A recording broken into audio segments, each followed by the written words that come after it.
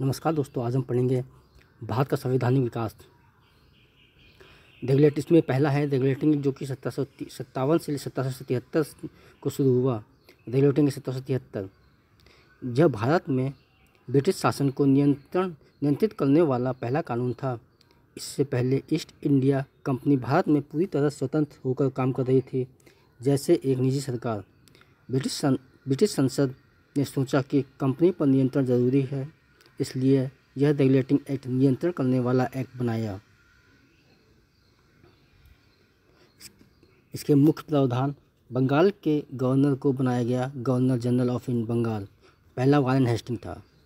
दूसरा, मद्रास और बम्बई उसके अधीन किए गए। भारत में सुप्रीम कोर्ट की स्थापना 1774 को कलकत्ता में की गई। कंपनी के कार्यों पर संसद की निगरानी शुरू हुई। इसका नाम रेगुलेटिंग एक्ट क्यों पड़ा?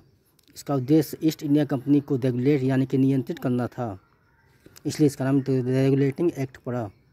1784 का Pitt's India act. Regulating act में कई खामियां रह गई थी, इसलिए ब्रिटिश प्रधानमंत्री विलियम पिट ने यह नया कानून बनाया, इसलिए इसका नाम पिट्स इंडिया एक्ट पड़ा। मुख्य प्रावधान: कंपनी के राजनीतिक मामलों पर ब्रिटिश सरकार का नियंत्रण बढ़ा। बोर्ड ऑफ कंट्रोल ब्रिटिश सरकार का विभाग बनाया गया। भारत की प्रशासनिक शक्ति दो हिस्सों में बांट दी गई: कंपनी व्यापारिक कार्य, ब्रिटिश सरकार प्रशासनिक और राजनीतिक कार्य। पिट्स इंडिया एक्ट क्यों पड़ा इसका नाम? क्योंकि यह एक्ट विलियम पिट नामक प्रधानमंत्री के समय पारित हुआ था, इसलिए इसके नाम पिट्स इंडिया एक्ट रखा गया। धन्यवाद।